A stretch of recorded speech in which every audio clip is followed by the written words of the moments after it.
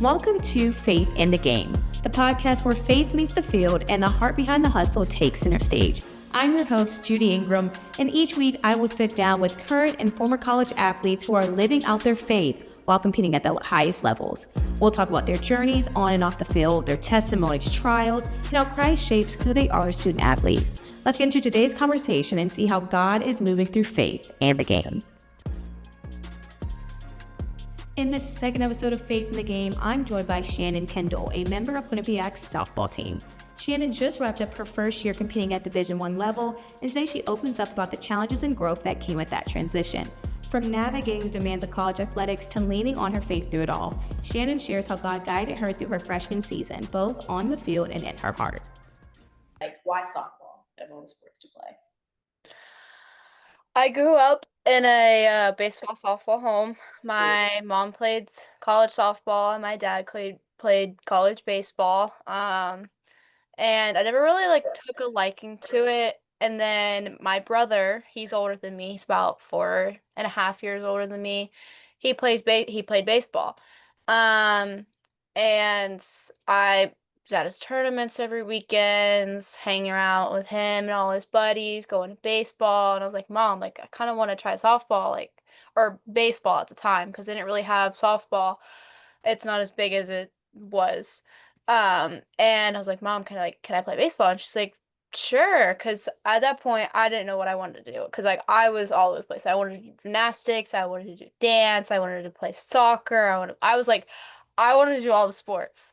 So I played baseball and I was like, this is what I'm playing. I fell in love with the sport and kind of just stuck with it. You started with baseball, right? Yes. How did that transition into softball? Okay, so where I'm from, we have a little league, but all they had was baseball. So I played that till I was about 9 years old, 9, 10, something like that. And they had just introduced the softball league. And my mom's like, okay, I think you're kind of at that point where you kind of got to figure out if you're going to stick with baseball or if you're going to go to softball. And because all the girls were playing softball and I was playing with boys, I was like, Mom, I want to go play with the girls instead. So same little league, same park, just softball. Were you the only girl when you played baseball, or were there other girls on the team as well? Yes. Really? I was the only girl on that baseball team. I still talk to half the boys on that team to this day, because we're all from the same area. So I grew up with them and I was really close with about 2 or 3 of them that I still talk to this day. We go hang out, same friend group, whole 9 yards. Okay, that is so interesting. Do you think those that young time where you're playing baseball made you a better softball player? Oh yeah, definitely. Because that transition period between baseball and softball, because people are like, oh no, baseball and softball is the same sport, it's the same sport, it's just a different ball. And I'm like, that's not true. And your swing's different, you throw the ball different, you pitch different. So I had a transition period between baseball and softball of learning, okay, I don't swing a certain way, I swing a different way. But I mean, it gave me my softball IQ that I have because some things, 3/4 of the sport carried over, just some things weren't the same. But it gave me this such high IQ softball that I have now that it's just I'm forever grateful for. That was the peak. I love that. So when did you know you wanted to play college softball? Oh, ever since I was little. I was like, Mom, I'm gonna play in the Olympics. We're gonna make this a professional sport, which it's a professional sport now, which is amazing. But I was like, I'm gonna play in the Olympics, I want to play for the USA team, all that stuff. So Okay. when I was 5 or 6, something like that. Oh, love it. Young, ambitious. What were you doing to make sure that dream could come true? I worked a lot. There was a time where I kind of fell out of love with it. I didn't really have that drive and that passion for it, but I kept working through it and I had a lot of hills and waves throughout the whole thing. But I pushed through that and I found my love and passion for it and I was just I'm playing in college, I'm pushing through. And I would say the dedication and all the blood, sweat, and tears and injuries and the hardships and the friendships that I made along the way that kind of just like kept me going and knowing that I'm like staying with this. Okay, so what injuries would you say you had during your college? Just like kind of minor ones. I would say my biggest one that I had that was like a setback for me was my junior year of high school. I ended up spraining my MCL pitching of all things, which is what I do. But I ended up spraining my MCL and it turned out to be a blessing in disguise. But at the time, I was like, why is this happening to me? Because my junior year of high school was like a really difficult year for me. Um, but that was like really the only big injury I had that like set me back. I tore my labrum my senior year, but that wasn't like a surgery requiring thing, so it's still torn. But it I kind of just got therapy for it and I pushed through the pain a little bit. I love blessing in disguise kind of goes the whole point of like this series. So what was like your faith journey like? Was it always you were young and like Christian this entire time? Basically, I grew up in a Christian home, very Christian-based family. I was always in small private Christian-based schools. So it was kind of like, don't take this the wrong way, like force feed into me, like you have to do this, this, and this. And I never really had a strong relationship with the Lord until about halfway through my junior year of high school, because I transferred as well, high schools. So I was like, I transferred to another school that's close by to my house, and I transferred to a private school, but it was a non-denominational school. So it wasn't Christian, it wasn't Catholic, it wasn't any of it. So I was like not used to not having like chapel on Wednesdays and church services on Sundays and Wednesdays. So I was like, what the heck? So I kind of like had to like build my own journey, but I feel like that kind of just made my testimony and my faith stronger because I had to figure it out on my own. I didn't have my parents going, okay, let's go to Sunday school and let's go to church on Wednesday. I had to figure it out because, like, okay, now I don't have teachers telling me, I don't have my parents telling me. I'm kind of to the age where, like, I gotta know what I'm doing type thing.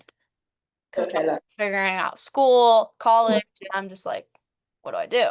okay, so that's interesting. Going away from like the force of it made you having like, okay, I gotta choose this for myself. Yes. So when you had your minor setback, did that strengthen your faith as well when you in your junior? Yes. So I'm not going to go into the details of my junior year because they're very personal to me, Understandable. but let's just say somebody that was very close to me passed away, and it was a whole lot on me, and I questioned God and everything. I was like, why is this happening? Like, this person is such a God-fearing person. Why is this happening? So I questioned God a lot my junior year, and then I transferred and I was like, why am I leaving this school I've been at for so long? And then I got hurt and I was like, God, why is this happening to me?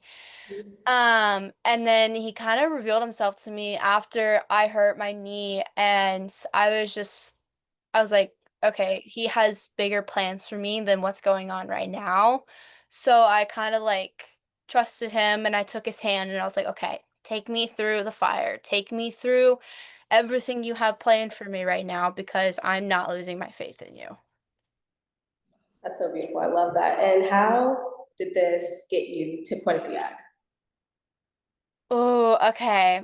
So my recruiting journey was definitely different than a lot of people because your junior year of high school is your most crucial year for recruiting, especially in baseball and softball, because that's when September 1st is when of your junior year of high school is when college coaches can call you and be like, "Hey, like come for a visit." So I wasn't getting like any attention at all. Like no coaches called me. I was like, okay, I gotta play more travel ball. I gotta get out in front of coaches more. So I was traveling here, there, and everywhere.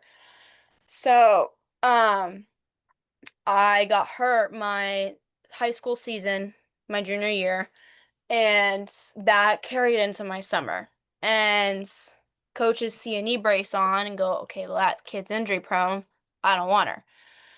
So I had a couple coaches call me, reach out, a couple D2s, couple D3s, and be like, hey, like we want you to come visit. I was like, okay. So I went and visited some of those schools, and I was like, I'm not feeling the drive. Like I'm not feeling like this is where God wants me.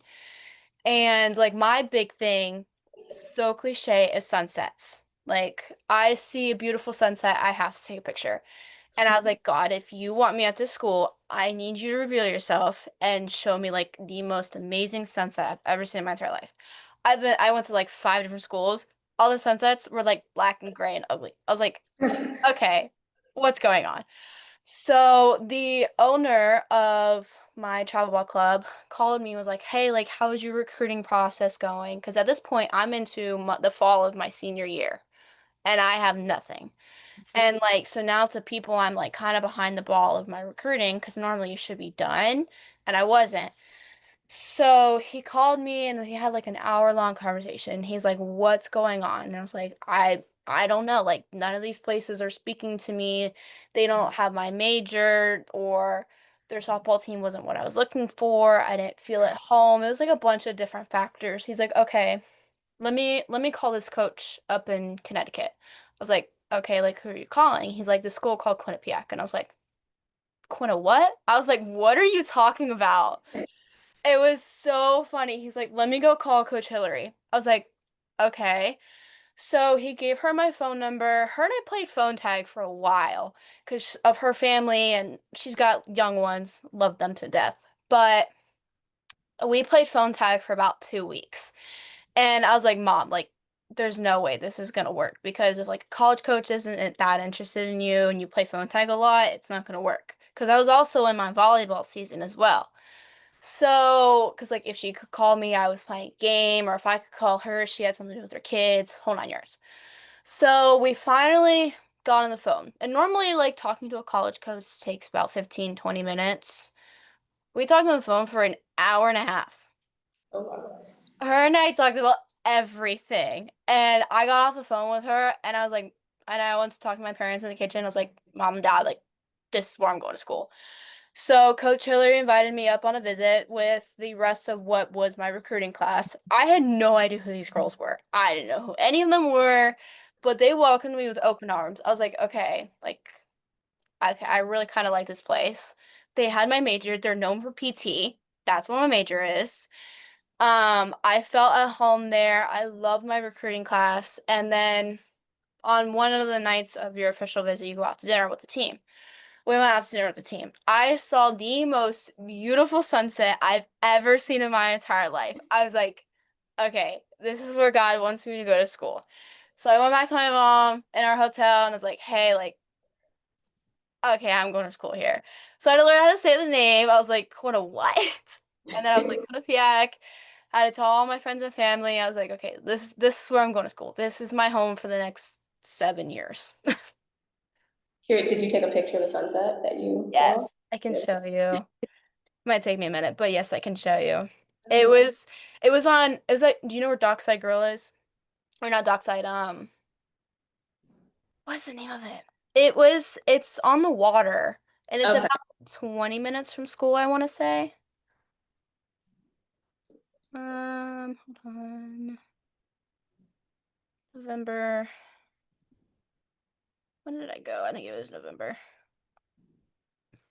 But yeah, that was my answer of God was like, you're going Yeah, here. your sign seal deal. That's beautiful, actually. So there's just wonderful, you're from Florida, right? Correct. Yes. Wonderful sunsets there, I'm guessing. Oh yes, last night's sunset was so pretty. Because we're in our rainy season right now, Mhm. of like hurricanes and stuff. And every night it's just beautiful. That's what the sunset looked like. Oh, wow. Yeah, Yeah. it was amazing. It was pink and orange. I was like, this is where I'm supposed to be. I don't remember the name of the place for some reason. But yeah, it's like right on the water. It's like dock with a whole bunch of boats. Quinnipiac goes there all the time. Like our hockey team goes there, our basketball team goes there. Like it's Oh, that's like a known spot. Okay. yeah, it's a pretty known spot. Okay. So what was the transition like for you from high school to D1? Um, Honestly, it went real smooth for me, at least. Because I knew who my roommate was. I was living with one of my teammates and then two other randoms who I still talk to. I love them to death. But my training regimen back at home, like in high school, was very, very, very similar to one of a D1 athlete of like you work out every day, you practice every day for 3, 4 hours. Excuse me. And it was honestly very smooth for me because like and academically because I took very hard classes in high school and so like I always kept my grades up. I was training that 2, 3 hours a day and then I went and lifted. So it was very, very, very smooth, surprisingly. Good for you. So, being a Christian student athlete, being in like your first year in college, with your faith, did it ever waver, or has it just continued to strengthen and gain as you're going through college life? It definitely strengthened a lot. I found a group of girls on our like the softball team and I didn't know we had an FCA group up at school. Did not know that. And I got an email one day from Coach Stover, who's the assistant baseball coach, and he runs FCA and he was like, "Hey, like we have FCA tonight and we have it once a week on Wednesdays. So you're more than welcome to come." I was like, "Oh my goodness, like I did this in high school, like I would love to do this." So it helped me develop a really close bond with those four girls on our softball team that went, and I got a closer bond with some of the guys on the baseball team and some of the girls on the volleyball team. So it helped my relationship with the Lord even more because like I was I in between Christmas and January, when I was just about to go back to school, my faith kind of like got a little rocky a little bit. I was like, okay, like I'm not doing anything. Like I don't feel like this is where I'm supposed to be. I was questioning it again and I was like, what do I do? And then I heard about SCA and I was like, okay, like I'm gonna start going to this and my faith got stronger. So I would say like throughout the year it definitely got higher and it definitely got stronger. And God reveals himself to me so many times, all the time. So, when you did, oh wait, actually, I'm lost.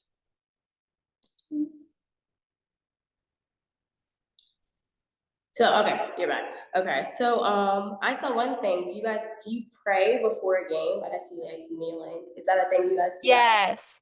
So our seniors, which were the other four girls that went to FCA, which was Ella McGallier, Taylor Walton, Noelle Reed, she's actually taking another year, and Allie Hochstatter.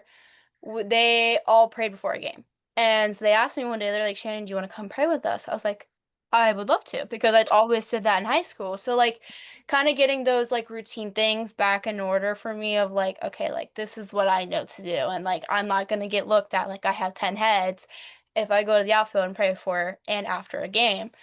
So I started talking to some of the girls in my freshman class, Erin Bomberry and Ava Tabangira. Those two came out with me and we started praying. And then it kind of like trickled down our team of like, now we have 3 or 4 more girls that come and pray with us. And like given their class schedule, they can't make to FCA, but we still like we do Bible studies, we do pray before games, and it's one of my favorite things I do with the team. And how does that help you when the game starts, when you pray before? It calms my nerves because I was a freshman. And it just grounded me in knowing that I have other girls outside of softball that are there for me and understand how I think in a way of, okay, God's got this, and like go to the Bible or pray or something like that if I'm struggling with something. Um, so before games, it's just amazing because like sometimes like as athletes you can ground yourself in your sport rather Mhm. than outside of your sport and with your faith.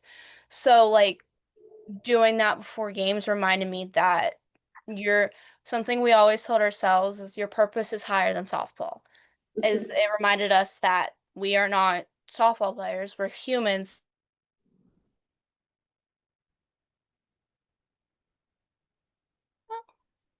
There we go. Okay, yeah, Sorry, it keeps freezing. yeah. You're good. Okay, I got your humans. I think that's the last part I heard. Oh, so we're humans that play softball, not softball players. So it's something we always taught ourselves that our purpose is higher than softball. So it kind of just reminded me of like, hey, like this is something you do, not something that you are.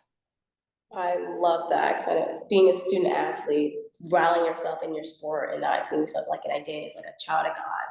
And I think that's really beautiful that you guys encapsulate and like the impact that you have, that you even have a community to Yes.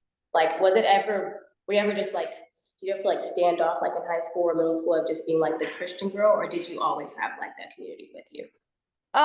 When my senior year being in the non-denominational school I Yeah. was in, definitely was I wasn't standoffish, but people like pushed me off to the side because they're like, "Oh, you're that Christian girl that believes in God."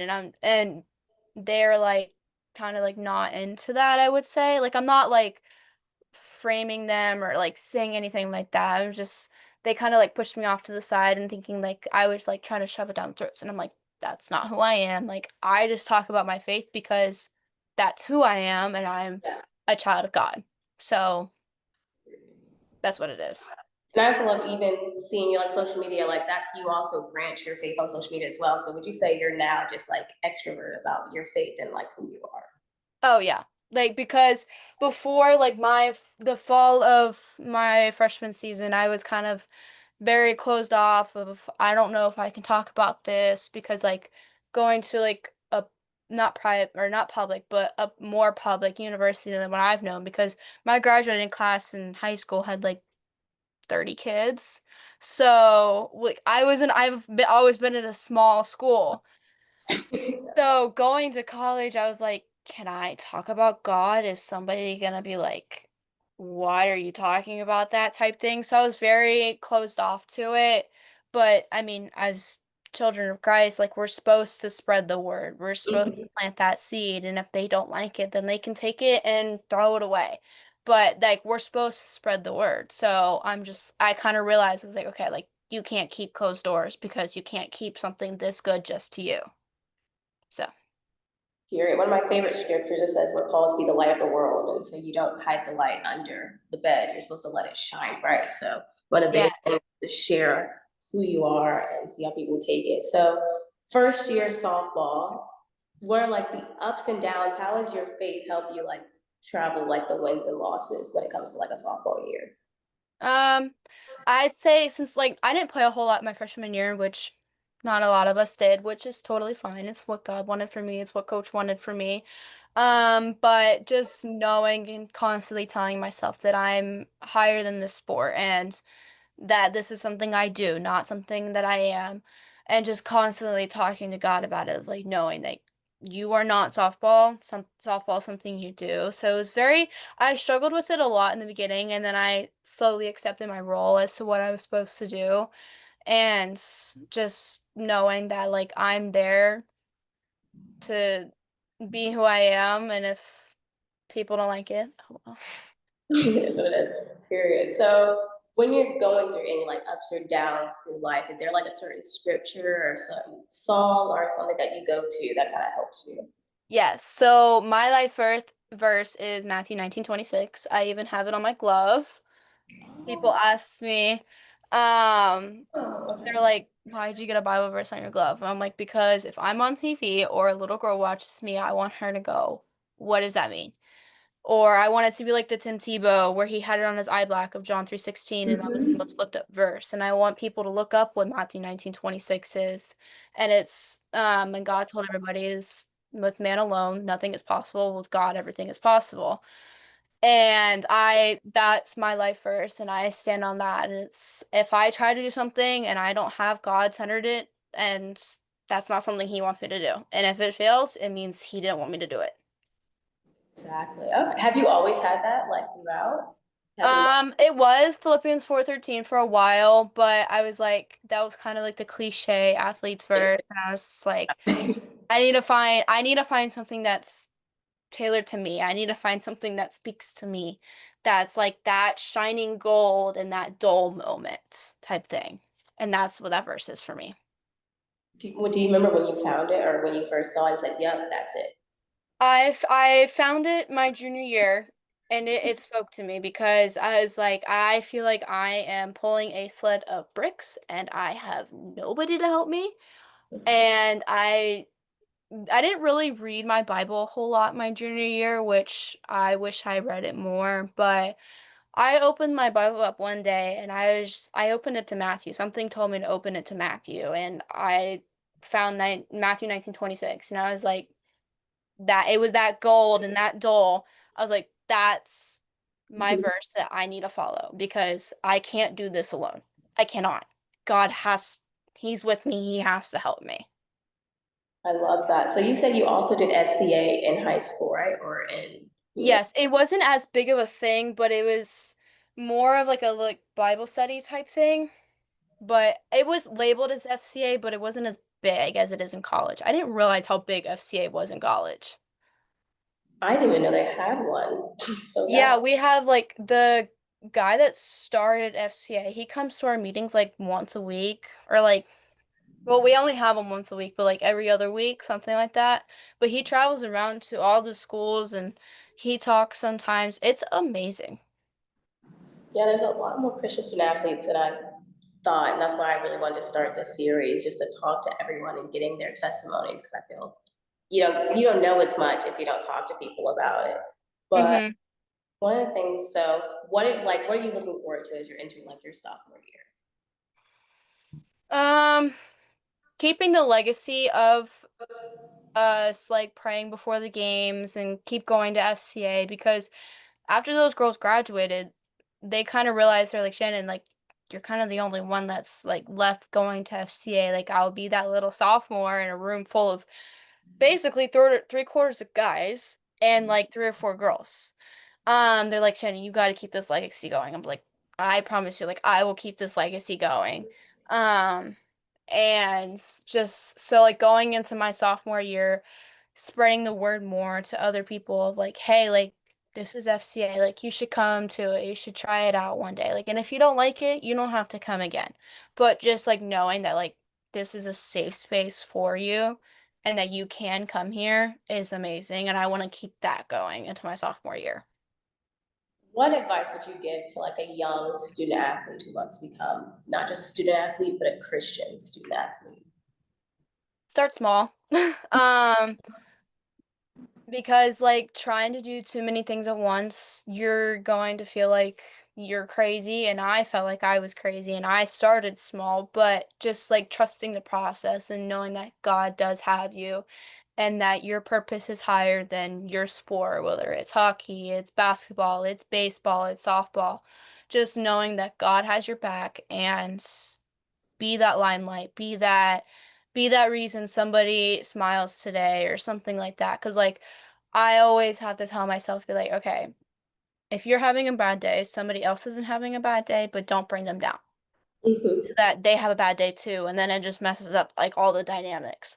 So I would say just start small and like ground yourself in your faith so that nobody can tip your boat over and knock you over and then you're lost. So like trust yourself, trust God, trust that He has a plan for you. So what are you doing now in the off season where you're not in school, where you have like the FCA and you have other people? What are you doing to continue to make sure you're continuing to like strengthen your faith? I read my Bible every day. I pray to God morning, night, before meals, obviously, but morning, night. Sometimes I talk to Him while I'm driving down the road Mhm. because I'm just like I can't obviously can't be on my phone because I'm driving. And sometimes music just isn't hitting, so I'm like, okay, I'm gonna talk to God. God, tell me what you want me to do today, besides obviously where I'm going.